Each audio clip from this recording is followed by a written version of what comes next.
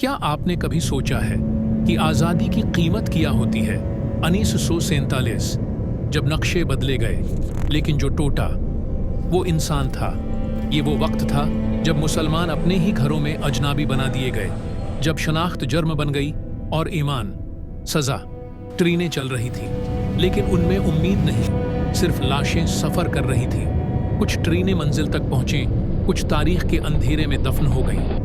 किताबें लिखती हैं कि चंद महीनों में 5 से 10 लाख इंसान मारे गए, लेकिन ये सिर्फ नंबर नहीं थे।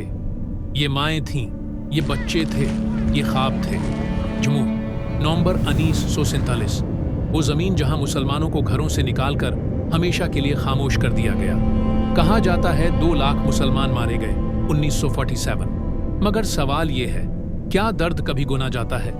किसी ने अपने वालिद को खो दिया, किसी ने अपनी औलाद को, और जो जिंदा बचे उन्होंने जिंदगी नहीं, सिर्फ यादें उठाएं। ये पाकिस्तान सिर्फ एक मुल्क नहीं था, ये इन कुर्बानियों का नाम था जो चीख न सके, जो अखबारों में न आ सके, लेकिन जमीन ने आज भी संभाल रखी है।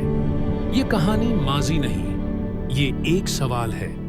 अगर हमने उसे याद न रखा, अगर हमने सच न बोला, तो तारीख खुद को दोबारा दोहराने में एक लम्हा भी नहीं लगाएगी।